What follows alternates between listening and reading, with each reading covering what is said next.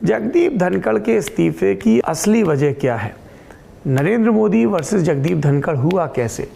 किसने जाके बातें की, किसने जाके पीएमओ को बताया, कौन सी चिट्ठियां, कार में बैठ के कौन साथ गया, किसका फोन आया और किसने कहा कि दे ही दीजिए इस्तीफा? बीएससी की जो बैठक हुई जो 12:30 बजे हुई, वो बहुत इंपॉर्टेंट थी।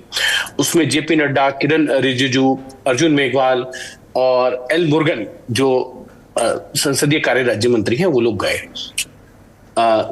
SIR पे और ऑपरेशन सिंदूर को लेकर चर्चा की मांग हुई। जगदीप धनखड़ ने ये कहा कि विपक्ष इस बात को लेकर मांग कर रहा है कि जब चर्चा हो तो पीएम, गृह मंत्री और RM रक्षा मंत्री तीनों वहां मौजूद रहे और प्रधानमंत्री का जवाब हो। तब किरण रिजिजू जो संसदीय कार्य मंत्री हैं, उन्होंने ये कहा कि देखिए, बीएससी जो है वो ये तय करती है कि कौन चर्चा या बिल कब लिया जाएगा, उसके लिए कितना समय एलोकेट किया जाए, कौन इस पर रिप्लाई देगा या नहीं देगा, ये सरकार का डिसीजन है। उस पर बात जब लंबी खिंचती नजर आई तो जगदीप धनखड़ पूर्व उपराष्ट्रपति ने ये कहा कि आप जाइए, प्रधानमंत्री से पूछ के आइए।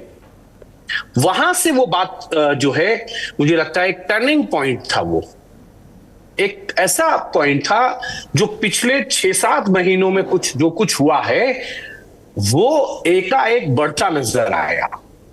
उसके बाद प्रधानमंत्री नरेंद्र मोदी के कमरे में मीटिंग होती है जिसमें जयशंकर हैं, गृह मंत्री अमित शाह हैं, राजनाथ सिंह हैं, जेपी नड्डा, निर्मला सीतारमण, मनोहर लाल खट्टर, शिवराज सिंह चौहान, किरण रिजिजू, तमाम वरिष्ठ मंत्रियों के साथ बैठक होती है और फिर यह फैसला किया जाता है कि एक बार और। अब आता है 4:30 बजे बीएससी। लेकिन उससे पहले जगदीप धनखड़ 63 विपक्षी सांसदों के ऑपरेशन सिंदूर पर जो है, माफ कीजिएगा, जस्टिस वर्मा पे जो उनके रिमूवल का मोशन है उसको नेमिंग कर देते हैं कि भाई ये जो है होगा, इस पे फैसला अब कल होगा। इसको लेकर सरकार को लगता है कि अब जो है मामला बहुत बढ़ गया है, इसको कहीं ना कहीं कम करना है। फिर गृह मंत्री अमित शाह, राजनाथ सिंह एक साथ बैठते हैं, प्रधानमंत्री के साथ जो चर्चा हुई है उसको और आगे लेते हैं। फिर प्रधानमंत्री को ब्रीफ किया जाता है कि जगदीप धनखड़ जो उपराष्ट्रपति हैं, राज्यसभा के सभापति, उन्होंने जस्टिस वर्मा पर विपक्षी सांसदों का मोशन स्वीकार कर लिया है, जबकि सरकार ने एक कोशिश की थी पूरे विपक्षी दलों के साथ मिलकर, वो लोकसभा में इस मोशन को लेकर आए। 145 सांसदों के साइन थे, सभी विपक्षी पार्टियां थी, उसमें सत्ता पक्ष की पार्टियां थी। लोकसभा स्पीकर को जाके वो प्रस्ताव रविशंकर प्रसाद के नेतृत्व में दिया गया था। अगर आप फोटो देखेंगे, सारे लोग थे।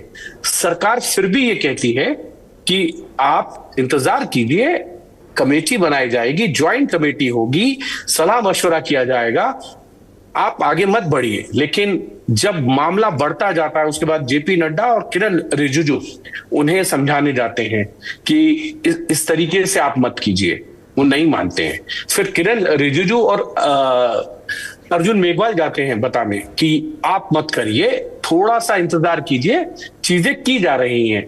फिर अर्जुन मेघवाल जाते हैं और उनके साथ जिस तरीके से वार्तालाप होता है और वो एक फिर हॉट टॉपिक बनता है और फिर जिसका जिक्र विकास जी ने किया। सर थोड़ा विस्तार से शुरू होता है। सर थोड़ा विस्तार से क्या बातचीत होती है, देश की जनता जानना चाहती है, सूत्रों के हवाले से बताइए। वो बातचीत होती है कि जो आपने प्रस्ताव स्वीकार किया है विपक्षी सांसदों का, अगर आप पहले बताते तो सरकार ज्वाइंट लेके आ सकती थी उसको, क्योंकि लोकसभा में ज्वाइंट प्रस्ताव है, सत्ता पक्ष का, विपक्ष का। लेकिन 4 दिन पहले सर्वदलीय बैठक से पहले किरण रिजिजू उनसे मिलने जाते हैं, उन्हें बताते हैं कि सरकार की तरफ से ये कोशिश है कि सभी को साथ लेकर जस्टिस वर्मा के खिलाफ जो रिमूवल मोशन है वो लोकसभा में लाया जाएगा, बाद में राज्यसभा में लाया जाएगा। और एक कमेटी फॉर्म करते हैं, क्योंकि कमेटी फॉर्म करनी होती है, वो 3 महीने में फैक्ट एंड फाइंड्स की रिपोर्ट्स सबमिट करती है, आपसे सहमति के बाद होगा, उनको बताया जाता है। फिर जिस दिन सर्वदलीय बैठक है उसके बाद किरण रिजिजू उनको ब्रीफ करते हैं, तो वो ये कहते हैं 4 सांसदों के उनको पत्र आया है कि वो जस्टिस वर्मा पे, और चारों विपक्ष के हैं। वो ये कहते हैं आप इंतजार कीजिए, मैं विपक्षी दलों से बात करता हूं। नहीं माना जाता। मतलब आप सोचिए कि लाइन शायद बहुत बड़ी थी और वो ऐसी फिर दूरियां खाइयों में तब्दील हो गई, और फिर जो हुआ वो सबके सामने है। ये भी चर्चा हुई थी क्या कि जस्टिस फोन किया जाता है शाम 7:30 बजे जी सरकार के बड़े मंत्री के द्वारा कि या तो आप इस्तीफा दे दीजिए या आपके खिलाफ मोशन लाया जाएगा, नो कॉन्फिडेंस का। इंपीचमेंट नहीं लाया जाएगा, नो कॉन्फिडेंस का मोशन राज्यसभा में लाया जाएगा, और उस पर लगभग 90 सांसदों के साइन हुए, जिसमें एनडीए के सांसदों के साइन थे।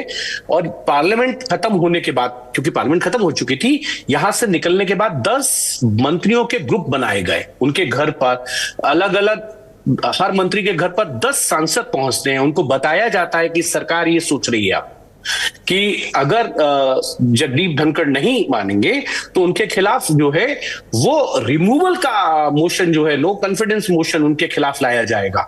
उनको ब्रीफ किया जाता है, क्योंकि पहले उनसे साइन लिए गए थे, और फिर उनको ब्रीफ किया जाता है। उसके पीछे के कारण बताए जाते हैं, हिस्ट्री बताई जाती है कि किस तरीके से पिछले 6 महीनों में जगदीप धनखड़ जो हैं उन्होंने सरकार के साथ कोऑर्डिनेशन नहीं किया। संसदीय परंपराओं में होता है कि अगर कोई प्रस्ताव आता है तो आपको संसदीय कार्य मंत्री को यह बताना पड़ता है कि यह प्रस्ताव आया है, इस पर कैसे आगे बढ़ना है। कोऑर्डिनेशन है, इसमें कोई नियम नहीं है, लेकिन आपको, क्योंकि संसदीय कार्य मंत्री कोऑर्डिनेट करते हैं सरकार और लोकसभा स्पीकर और चेयरमैन के बीच में, तो ये एक परंपरा है कि ऐसी चीजें हो रही हैं, इस पर कैसे आगे होगा, ये एक सोच विचार कर सारी चीजें होती हैं। लेकिन जगदीप धनखड़ को जब फोन जाता है तो उनको लगता है कि शायद उनको मान मुनव्वल किया जाएगा, उनको मना लिया जाएगा। लेकिन उनसे कहा जाता है कि अगर आप नहीं इस्तीफा देंगे तो आपके खिलाफ जो है वो हम नो कॉन्फिडेंस मोशन लेके आ सकते हैं। उसके बाद वो राष्ट्रपति भवन जाते हैं, जिसका जिक्र विकास जी ने किया। अनशेड्यूल मीटिंग होती है और राष्ट्रपति के प्रोटोकॉल होते हैं, उनको आने में 20 से 25 मिनट लगते हैं, और फिर वो अपना इस्तीफा, क्योंकि एक फॉर्मेट है, पूरा तय फॉर्मेट है, उस तय फॉर्मेट के तहत अपना इस्तीफा जो है राष्ट्रपति को देते हैं। और उसके बाद 9:25 पर वो एक्स पर पोस्ट करके बताते हैं कि उन्होंने स्वास्थ्य कारणों से जो है वो इस्तीफा दिया।